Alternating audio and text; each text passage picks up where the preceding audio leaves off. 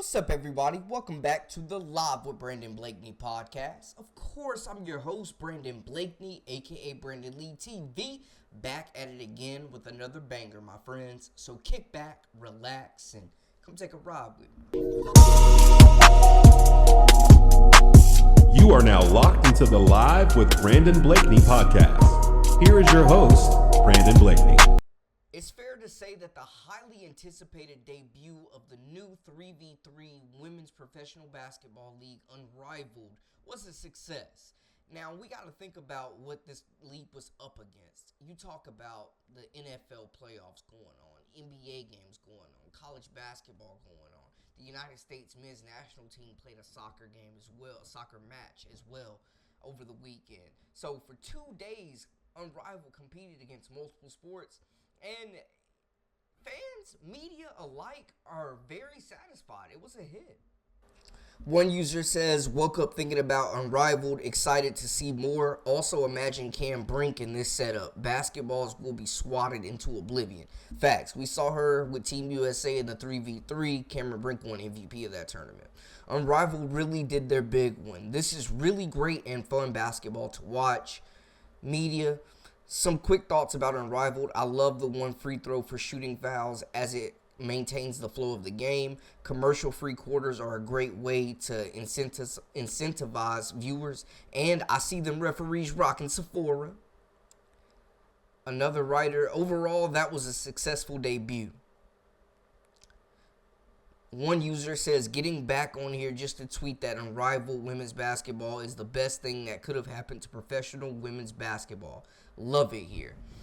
I love the pace of the game, how wide open it is, and for me, how it's giving players an opportunity to expand their games and work on just stuff that they might have been working on in the offseason or weren't doing last year, and they're getting to perform these moves like Brittany Griner shooting threes, Angel Reese getting to the cup off the dribble and hitting shots off the dribble, getting to her spots. Like, we're seeing players get more comfortable and in real time, in real live game situations, harness their craft, sharpen their skills to get better for the WNBA season. Now, we weren't expecting them to do WNBA numbers. It's a different brand of basketball, and they're in their first year. But from an excitement standpoint, for the most part, other than a couple of blowouts, from a competitive standpoint, and then from a standpoint of marketing and how they're pushing these players and the ads and the social media presence, Unrivaled is knocking it out of the park right now. We're talking about players being able to stay in America and not have to go overseas during the offseason and make more money than they have in majority of the leagues, especially the WNBA. So we're seeing 36 players get this opportunity. They've battled some injuries. Everything hasn't been sunshine and rainbows. I'm not here to say that. But for a debut of competitive basketball, bringing in a crowd. It was a packed house on Friday. It was like 800 people. Alex Morgan, Steve Nash was in the building. Like, they're attracting celebrities. They're making the players accessible to fans to get pictures, to get autographs, and all that type of stuff. The game is fast. They move. It's a quick turnaround. It's a transition game. It's a lot more space for players to operate. Skylar Diggins, first game winner, back-to-back game winners, matter of fact, set the world on fire. Like, social media has been buzzing about Unrivaled. And I think there was a lot of criticism about this league and how it would work before it debuted. And now we're seeing that it will potentially elevate women's hoops to even more fans that don't tune into the WNBA. A lot was made about Caitlin Clark not playing in this league and if they could survive or not. And her best friend, Kate Martin's out there hooping.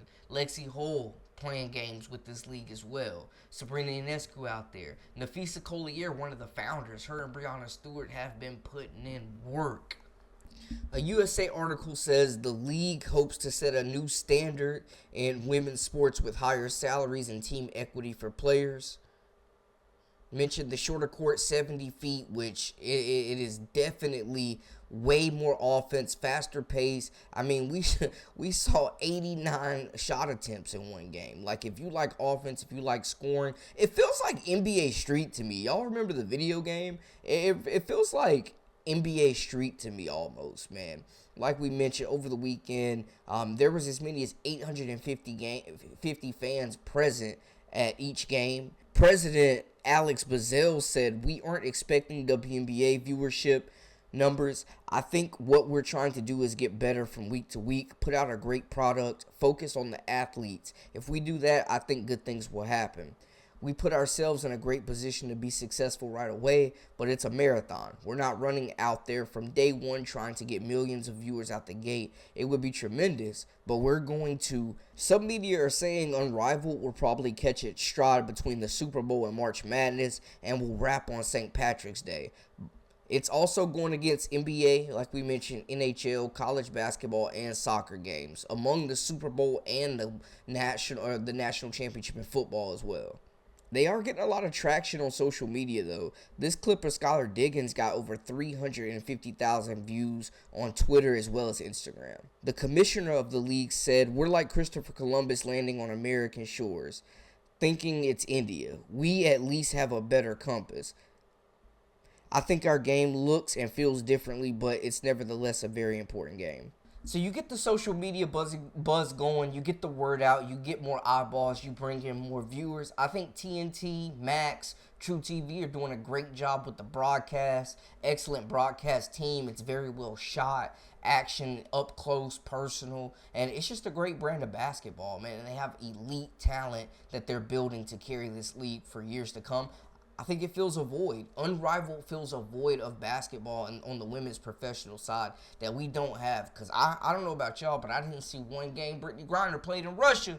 I'm going to just tell you that. So having them on American soil, having it broadcast on YouTube and other networks internationally, I think is huge. Giving players that may not be getting a whole lot of minutes in the W with their team or be number one scoring options, giving them a chance to work on their game, like Kate Martin out here with a double-double. I think it's great for the development of players. It's great for the brand of the game, and it's exciting to see. This also will be a recruiting grounds. Make no mistake about it.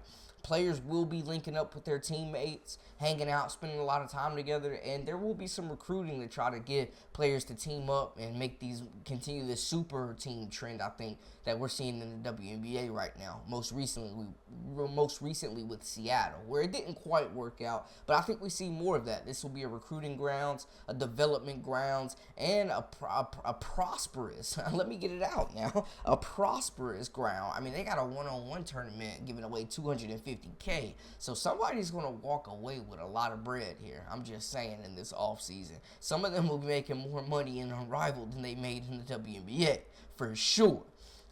Probably most of them. But anyways, y'all let me know how y'all feel in the comments. I would say my biggest takeaway is it was a success, great level of basketball, great branding, marketing. People are obviously interested and satisfied with the product so far, so it's great to see. Y'all let me know how y'all feel in the comments, though. That's a wrap for us. For all the latest and the greatest, I am Brandon Blakeney, a.k.a. Brandon Lee TV. This is the Live with Brandon Blakeney podcast, and until next time, we out.